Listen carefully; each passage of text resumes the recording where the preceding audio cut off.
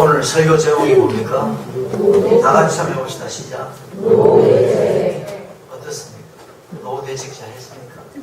노후 대책하니까 마음이 그냥 묵직해지지 않습니까? 우울해지지 않습니까? 노후 대책 잘 세워놓은 분들은 나는 문제없어 행복한 소리겠지만, 그렇지 않은 분들은 노후 대책만 들어도 그냥 우울해질 수 있죠? 좀 더 답답하게 해드리겠습니다. 준비가 될 때이신 분들은 노후 대책하는 세우는데 돈이 얼마나 들까요? 궁금해가지고 인터넷에 좀 그냥 간단히 찾아보니까 어느 파이낸셜 회사에서 통계를 냈더라고요. 내가 살아야 될 노후를 20년으로 보면, 노후 생활 기간이 20년으로 보면 4억 3천만 원이 필요하대요. 거기다가 물가 상승률을 좀 적용을 하면 8억 1천만 원이 필요하답니다. 근데 내가 노후 생활이 20년이 아니고 30년이 된다. 계산이 달라지겠죠? 아무 말이 없습니까? 세상에서 여러 가지 말들을 많이 하죠. 정부에서도 그렇고, 이런 정보들을 바탕으로, 이런 계산법을 바탕으로 세상 사람들은 자기 노후를 열심히 준비하고 있을 것입니다. 그러나 이 정도의 노후를 준비할 만한 사람들이 어느 정도 될까? 오늘 노후 대책에 대해서 좀 말씀드리겠습니다. 지난주간에 새벽 기도하면서 잠깐 노후 대책에 많이 매입해서 나오는 바람에 이걸 좀 언급 좀 하고 좀 우리가 정리 좀 해야 되겠다라는 생각이 들었습니다. 세상 사람들의 노후 대책은 쌓는 것입니다. 노후 대책을 생각하고 열심히 준비하는 것이죠. 4억이든 8억이든 많으면 많을수록 좋을 것입니다. 열심히 쌓고 준비합니다. 그때 쓰려고. 근데 예수님께서는 한 부자 이야기를 해주셨어요. 꿈을 좀 깨라, 이렇게 말씀하셨어요. 누가복음 12장에 보면 예수님께서 한 부자 이야기 해주셨어요. 농사를 지었는데 그 해에 밭에 소출이 너무나 풍성했습니다. 내가 곡식을 쌓아둘 곳이 없으니 어떻게 할까? 이렇게 하자. 내가 이렇게 하리라. 곳간을 헐고 더 크게 지어서 내 모든 곡식과 모든 물건을 거기 쌓아두리라. 그래 놓고 그 다음에는 뭐라고 말합니까? 내 영혼에게 이르되, 영혼아, 여러 해 쓸 물건을 많이 쌓아두었으니 이제 편히 쉬고 먹고 마시고 즐거워하자 하리라. 하나님이 말씀하시기를, 어리석은 자여, 오늘 밤에 네 영혼을 도로 찾으리니 그러면 네 준비한 것이 누구의 것이 되겠느냐 하셨으니, 자기를 위하여 재물을 쌓아두고 하나님께 대하여 부여하지 못한 자가 이와 같으니라. 어리석은 자와 같다, 그런 말입니다. 이 말씀을, 자기를 위하여 재물을 많이 쌓아두고 하나님께 대하여 부여하지 못한 자는 어리석은 자다. 이 말을 좀 다르게 바꿔서 말해보면, 네가 재물을 많이 쌓아서 노후 대책을 잘 세워놓은 것 같지만 하나님께 대해서 준비되지 못하면 너는 어리석은 자다, 이런 말이죠. 예수 믿는 사람들은 세상 살아가는 방식이 달라야 됩니다. 예수 믿지 않는 사람들은 우리 믿으니까 세상 뉴스도 필요 없어, 뉴스도 필요 없어, 이렇게 수도사처럼 그냥 주님을 믿습니다 하고 사는데, 이렇게 주장하는 사람도 있죠. 그러나 예수 믿는 사람들도 책 읽고 뉴스도 보고 정보도 보고 봐야 됩니다. 왜? 이 시대를 분별해야 됩니다. 이 시대에서 내가 어떻게 해야 되며 이 시대의 상황이 어떤지, 그 현재를 내가 현실의 문제를 직시할 수 있어야 됩니다. 그 시대가 점점 죄악으로 깊어가면 이놈 세상, 망할 놈의 세상이 아니라 내가 기도해야 되겠구나, 기도 제목을 발견하고, 우리 믿는 자들이 세상의 빛인데 세상의 소금입니다. 우리 산속의 빛이 아니란 말이죠. 교회 안의 빛이 아니라 너는 세상으로 나아가라. 세상을 구원하고 세상을 보듬어주고 세상을 어루만져 줘야 되는데, 세상이 얼마나 아픈지, 어떻게 아픈지, 문제가 뭔지 알아야 될 거 아니에요. 알아야 됩니다. 그래서 현실을 정확하게 직시하고 문제점도 파악할 수 있어야 됩니다. 그 다음에 우리 우리에게 들어온 정보들, 우리에게 들려주는 여러 가지 정보들을 보고 그것을 우리가 분석해야 됩니다. 그리고 그에 대한 해법이 나와야 되죠. 우리가 세상에 귀를 기울이는 것은 정보를 얻는 것. 세상이 이렇구나. 야, 세상이 이렇구나. 라는 것 보는 것까지입니다. 그 다음에 계속 세상에 귀를 기울이고 이렇게 해야 됩니다. 어느 학자가 나와서 이렇게 해야 됩니까? 그거 따라가면 안 돼요. 이런 세상에 대해서 정확한 우리가 현실 인식을 하고 그러면 어떻게 살아야 되느냐? 그것은 하나님 앞에서 해법은 달라야 된단 말이죠. 그게 바로 예수 믿는 사람이 사는 방식입니다. 자식의 문제, 교육의 문제 얼마나 많습니까? 그 다음에 어느 학원 뭘 해야 되지? 뭘 해야 되지? 왜 그렇게 따라갑니까? 지금 자식 교육시키기 이렇게 어렵구나. 지금 이렇게 하면 세상 사람들 애들 이렇게 공부를 시키는구나. 나는 어떻게 해야 되는지 주님께 물어봐야 되는 것입니다. 믿음으로 핵불을 가지고 살아가야 되죠. 그것까지 따라가면 결국 우리는 세상을 따라가는 겁니다. 자, 세상 사람들은 그래서 열심히 계산을 다 해가지고 그럼 내가 남은 노후를 20년 산다고 생각하면 30년 산다고 생각하면 내가 또 경제 수준을 어떻게 하면 어느 정도 하면 내가 품위를 지킬까 이런 생각하면서 이제 계산해가지고 그 돈을 열심히 모아가는 것이 세상 사람들의 사는 방식이고 노후 대책입니다. 우리의 노후 대책은 뭐죠? 세상 사람들의 노후 대책은 결국은 자기 통장입니다. 돈입니다. 자기 재물이죠. 우리의 노후 대책은 뭐죠? 여러분 노후 대책은 뭡니까? 대답이 없습니까? 하나님이 우리 노후 대책이죠. 예수님이 우리 노후 대책이죠. 동의합니까? 이사야 26장 1절에 보면 그날의 유다 땅에 이 노래를 부르리라. 우리에게 견고한 성읍이 있으며 여호와께서 구원을 성벽과 외곽으로 삼으시리로다. 이런 말씀이 있어요. 우리에게 견고한 성읍이 있어요. 성읍이 있는데 이 성읍은 너무나 견고하다는 겁니다. 그 견고함의 근거가 뭐냐? 성벽이 튼튼하다. 아주 성벽을 크게 높게 쌓아놨다. 아니면 그 성읍을 지킬 만한 그 아주 강력한 무기가 있는가? 그게 아니고 하나님께서 구원, 하나님의 구원이 바로 이 성읍의 성벽이 되는 겁니다. 하나님이 이 성읍을 구원하시고 보호하시니 이 성읍은 견고하다 이 말이죠. 우리의 성벽은 벽돌로 쌓는 게 아닙니다. 우리의 무기는 이 세상과 싸워 이길 만한 우리의 무기는 우리의 지식과 우리의 칼과 우리의 창이 아니라 바로 하나님의 권능, 하나님이 우리를 보호하시는 그 하나님의 보호, 그것이 바로 우리의 무기가 되는 겁니다. 다윗은 그렇게 살았죠. 사무엘하 8장에 보면 소바왕과 싸웠습니다. 그래서 병거, 앞에 말이 이끄는 그런 병거, 튼튼한 병마들 1700 병거를 빼앗고 보병 2만 명을 사로잡았습니다. 그 다음에 다윗이 한 조치가 뭐냐? 병거 100마리만, 병거 수레 100성만 놔두고 1600개 다 말의 힘줄을 잘라버렸어. 못 써먹게 만들었다. 왜 그렇게 했죠? 다음 전쟁 칠 때 이 1600마리의 이 병마가 얼마나 큰 군사력이 되는지 모르죠. 그거는 다윗도 너무나 잘 압니다. 근데 다 잘라버립니다.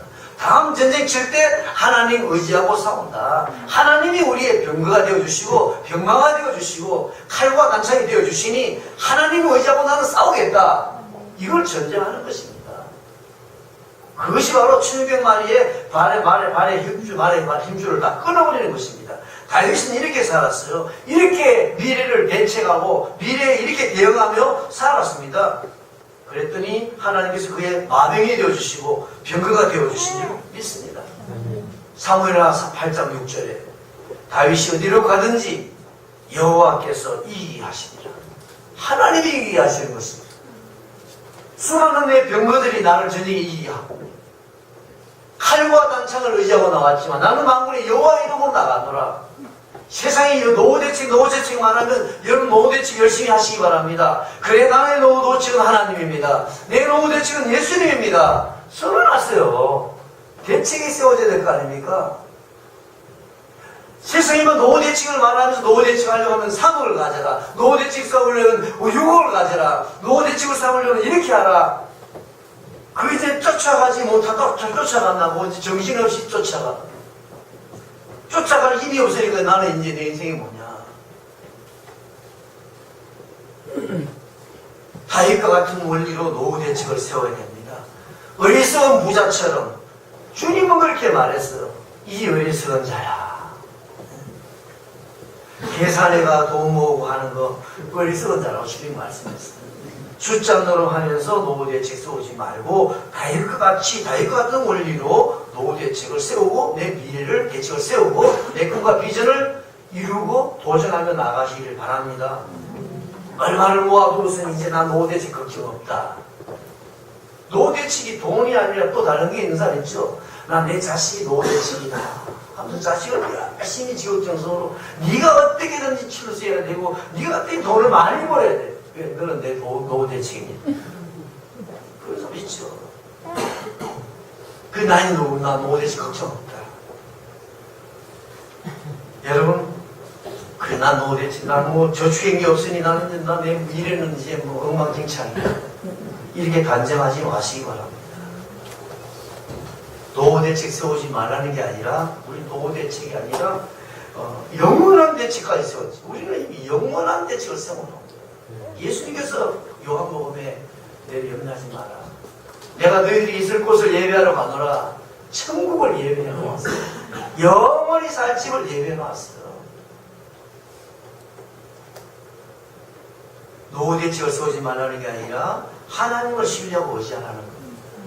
노후대책 세우느라고 그리고 하나님을 잊어버려요. 오늘 새벽에도 보니까 이사야 31장 1절에 보니까 이런 말씀이 있어요. 도움을 구하러 애굽으로 내려가는 자들은 화 있을진저.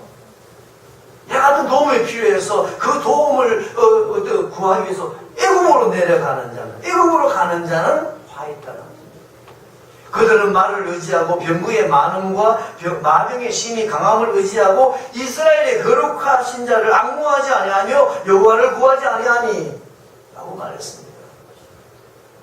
지난주에 말씀드린 대로 예수 믿고 복받고 하나님을 믿음으로 문제 해결된 것이 이런 식으로 생각하면 안 됩니다. 예수 믿고 복받는 게 뭡니까?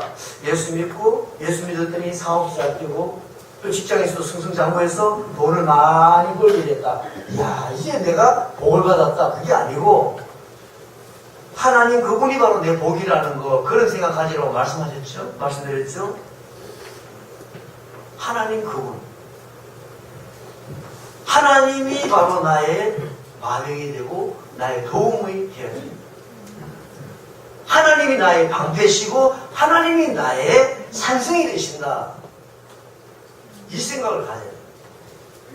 그런데 하나님께서 내가 돈을 많이 벌게 해줄 때, 야, 하나님이 나에게 노후대책을 해주셨다.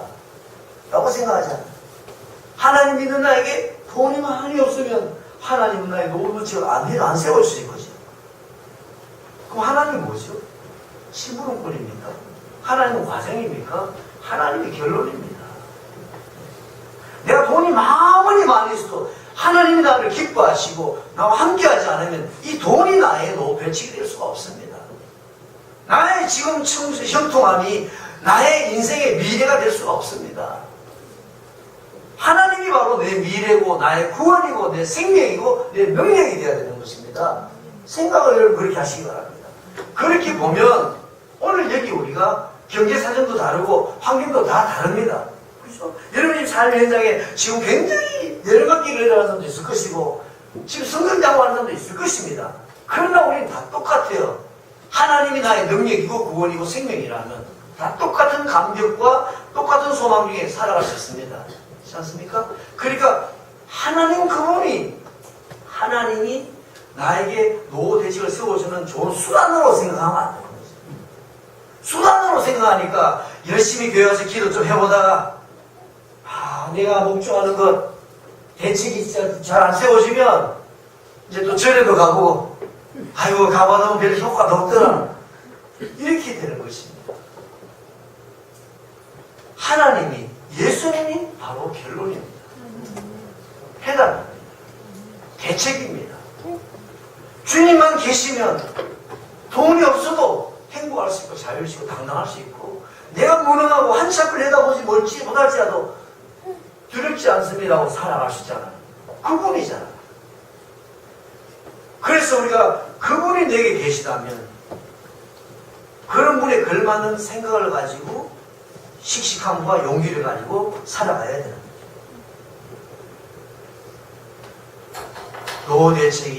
노후 대책을 세우는 거 잘못된 거 아닙니다.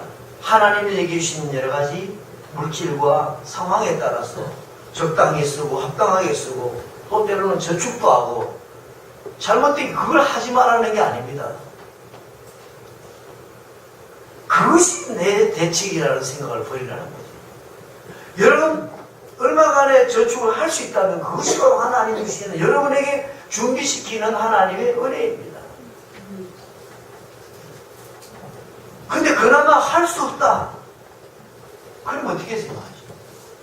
나는 전혀 노후 대책에서 저축할 여유가 없다. 그럼 어떻게 생각하죠? 하나님 여러분은 뭘 외면하는 겁니까? 하나님은 또 다른 방식으로 나를 보호하시려고 하는 거예요. 예. 하나님은 다양하게 우리를 보호하시고 우리 대책을 세워주시는 거예요. 우리 인생이 다 다르지 않습니까? 어떻든 하나님께서 나를 보호하시고 인도하신다는 믿음 안에서 생각할 때 하나님 물질을 주시면 어떻게 사용해야 될까 생각하고 이 중에 얼마는 내가 또 앞으로 미래를 위해서 저축해야 되겠다. 저축하세요. 하나님이 시키시는 거 아닙니다. 하나님과 상관없이 뉴스 보고 5억 있어야 된다, 10억을 모아야 된다. 그렇게 돈을 먹고 저축하는 것은 그것은 믿음이 아니다. 신앙적인 노후 대책이 아니라 그런 말이죠. 자, 두 번째로 노후 대책 필요합니다. 그러나 여러분 노후 대책보다 더 중요한 게 있다는 걸 여러분 기억해야 됩니다. 그것은 오늘을 바로 사는 거예요. 내가 나이 많고 늙어서 품위 있게 지내는 거 중요하지만 오늘 내가 품위 있게 자존심 지키고 내 본분도 하면서 사는 게 중요한 것입니다. 내가 앞으로 미래에 내가 늙어서 비천하게 살지 모르겠지만 그럼 오늘 내가 바르게 살고 싶고 오늘 내가 품위를 지키고 살고 싶고 하나님 자녀들께 사는 것이 더 중요한 것입니다.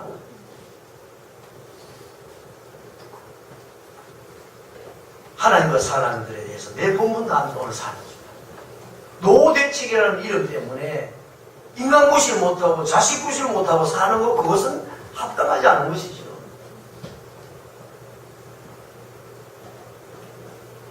하나님께서 우리에게 복 주신 노후를 준비하는 것 잘못된 게 아닙니다.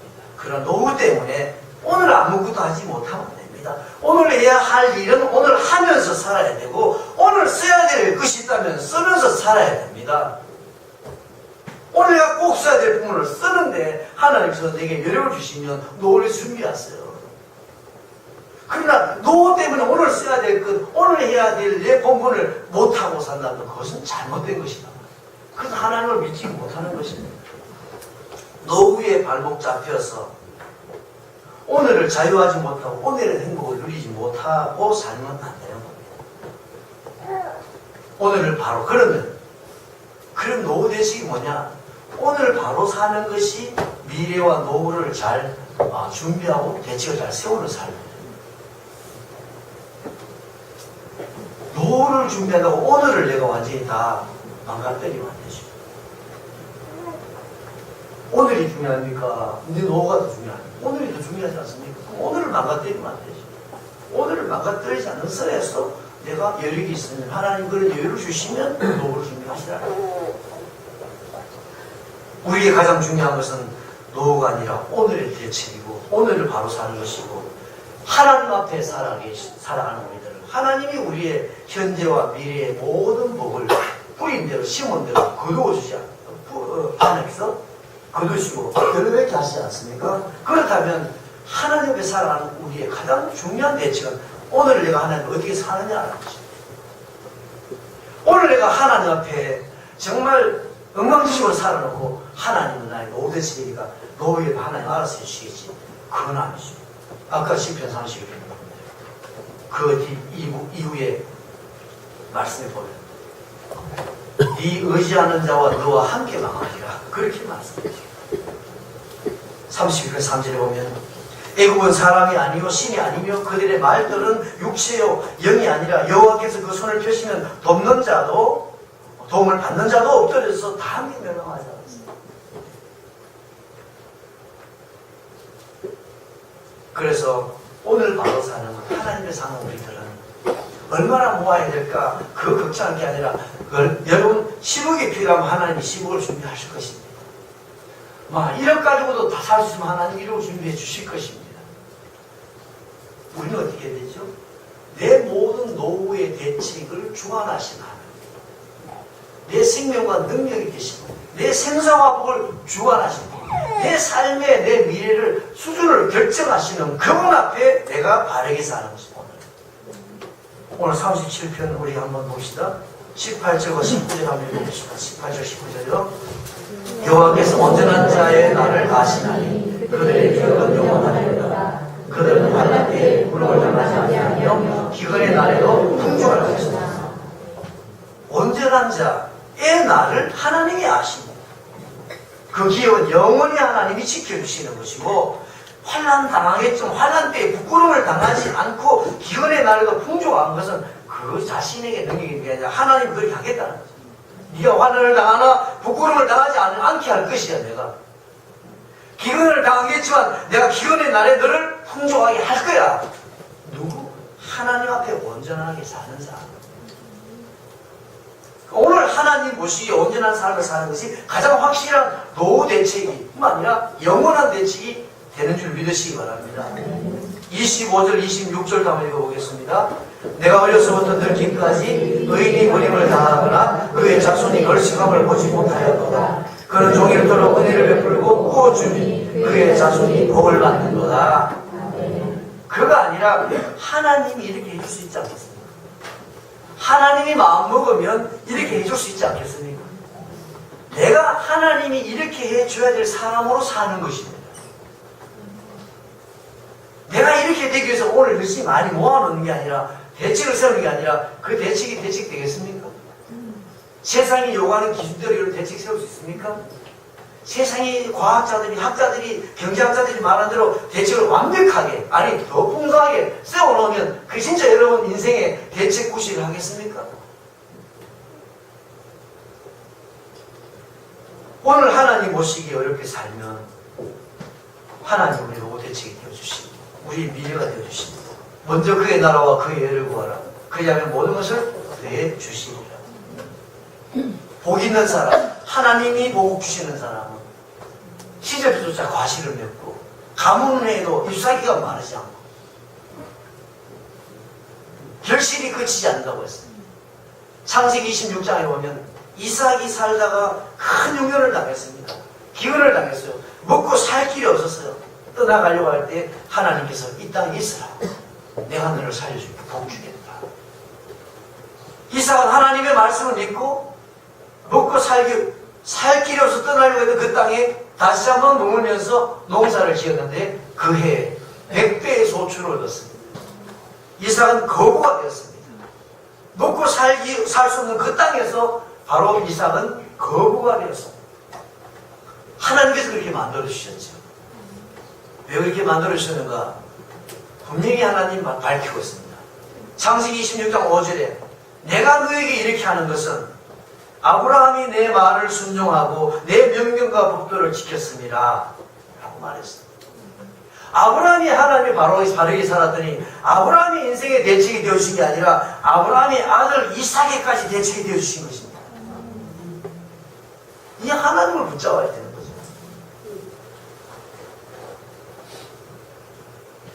오늘 하나님 모시고 온전하게 사는 것, 하나님의 영광을 위해 사는 것, 하나님 마음에 내가 너의 대책이 되어주고 내가 너의 보호자가 되어주고 아니 내가 네 자식, 자손, 네 자손까지도 내가 책임져 주겠다는 마음이 들도록 그렇게 사는 것입니다. 그것이 가장 확실한 대책이 되는 줄 믿으시기 바랍니다. 세상은 우리를 자꾸 고달프게 만듭니다. 세상은 그렇게 되어 있습니다. 여러분 노후 대책이라는 말 뭐 이런 것들이 제가 어릴 때는 별로 들어보지 못한 것 같습니다. 왜 그러냐? 오늘 못 먹고 사는 거예요. 오늘 먹고 살 길이 막막한데 우리나라에 무슨 노후 대책을 이야기할 때가 몇 년 됐어요? 몇십 년 전에 없었죠. 그 세상은 이제 먹고 살만 하니까 세상은 또 몰랐냐? 노후 대책을 세워야 된다 하면서 우리에게 엄청 무거운 짐을 지고 그 지금 먹고 사는 건 별로 걱정 없는 것 같은데 또 허리 못 펴게 만들고 세상이 바로 이것입니다. 이 세상의 논리 속에서 우리 벗어날 수 있는 길은 예수 믿는 길밖에 없어요. 예수 믿고 보니까 저도 이런 말 할 수 있는 거지. 하나님이 없다면, 예수를 안 믿다면 제가 어떻게 이런 말을 할 수가 있어요? 이 그 말 자체가 불가능하니 세상을 따라갈 수밖에 없는 것이죠. 이스라엘 백성들이 애국 땅에서 허리띠를 하려고 중노를 하면서 살았어요. 허리 못 펴고 살았어요. 그 이스라엘 백성이 하나님을 구원해 주셨어요. 광야로 나왔습니다. 광야로 나왔지만 그들은 아무것도 없었어요. 군사력도 없고 재물도 없고 아무 힘도 없고 자기 땅도 없었어요. 그러나 광야 40년 갈 동안에 하나님이 완벽하게 먹이시고 입혀주셨습니다. 이걸 잘 생각해보세요. 그 하나님이 저와 여러분의 하나님을 믿으시기 바랍니다. 광야 같은 인생 살 때 나는 땅이 있으니까 살고 땅이 있는 사람은 땅 있는 대로 하나님이 은혜를 베풀어 주실 것이고 없는 사람은 없는 대로 하나님이 살게 하실 줄 믿으시기 바랍니다. 그래서 이것이 구원입니다. 하나님께서 하나님으로부터 성경을 펼칠 때마다 주님 알아볼 때마다 염려하지 마라. 두려워하지 마라. 내가 너를 도와주겠다. 내가 너를 채워주겠다. 이 소리가 들리면 그것이 구원받은 것입니다. 그것이 여러분의 구원입니다. 그 소리 믿고 그래 하나님이 나를 도와주시고 하나님이 나의 필요를 공부해 주실 줄 믿습니다. 그 소리 믿고 사는 것이 구원을 누리고 사는 겁니다. 예수 믿으면서도 그거 못 믿고 살면 구원을 누리지 못하는 것입니다. 자유함을 누리지 못하죠. 내가 내 노후를 다 세우고 살면 그것도 경제학자들이 말하는 지침대로 이제 나는 다 모았네? 이제 나 노후 됐으니까 이렇게 예수 믿는 사람 산다면 여러분이 받은 구원은 무엇입니까? 창세기 찬송가 384장 어려운 일 당한 때도 조카는 내주시네 나는 심히 고단하나 영호 매우 가난하 나의 앞에 반석에서 샘물 나게 하시네. 이 찬송 왜 부릅니까? 어려운 일 당한 때에도 노후 대책 잘 세워놨네. 이런 다 대책 다 세워놨네. 우리는 하나님 조카 은혜 주실 게 뭐 있습니까? 지금까지 지내온 것 주의 크신 은혜라. 이걸 여기 인정한다면 지금까지는 잘 도와줬다가 끊어버리겠어요? 하나님은 끊지 않습니다. 중요한 것은 우리가 하나님의 지금까지 하나님 공부하신 은혜를 어느 날 우리 스스로가 문을 닫고 그 주님의 밖을 내가 뛰쳐나가는 게 문제죠. 하나님 보호와 인도하심을 우리가 거부하는 것입니다. 하나님이 나의 산성이 되시고 방패가 되신다는데 그 방패를 걷어 치워버리고 애국 군대를 불러서 세워놓고 다른 것으로 내 방패를 삼는 것이 문제입니다. 여러분, 하나님께서 세상의 논리로 우리 인생을 살아가는 겁니다. 노후뿐만 아니라 오늘 삶도 마찬가지입니다. 여러분 지금 직장생활 믿음의 논리로 그것이 바로 우리의 구원이고 자, 그러면 믿음 안에서 노후 대책을 세워보십시오. 세상의 논리로 세우는 우리 못 세우고 저는 못 세우고 대책이 없잖아요. 여기도 그런 분 많이 있을 것입니다. 그런데 믿음의 논리로 노후 대책이 못 세울 사람 있습니까?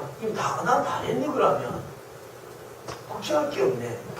내가 하나님께 온전한 믿음으로만 살면 하나님이 다 해주시겠구나. 이게 복음이죠. 이게 바로 복음입니다. 누구나 복된 소식입니다.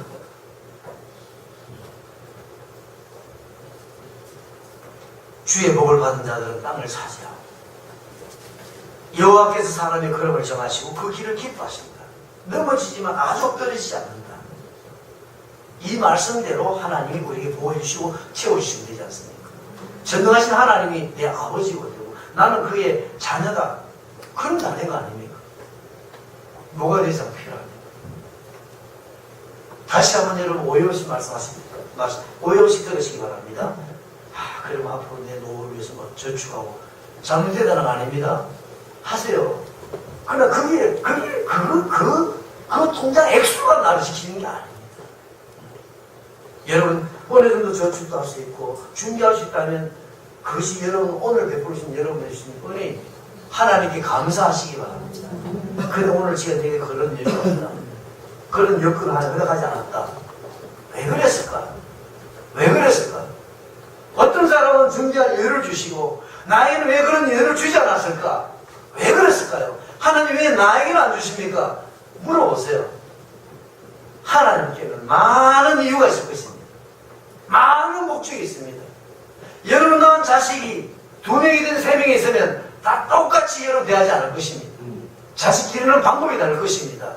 이 자식에 대한 기대와 자식의 미래에 대한 어떤 때에 따라서 그 자식에 대한 후원과 가르치는 방법이 다른 것입니다. 아들과 있고 딸이 있으면 차별이 아니라 부모님이 그 애를 기르고 양육하는 돌보는 방식이 다른 것입니다.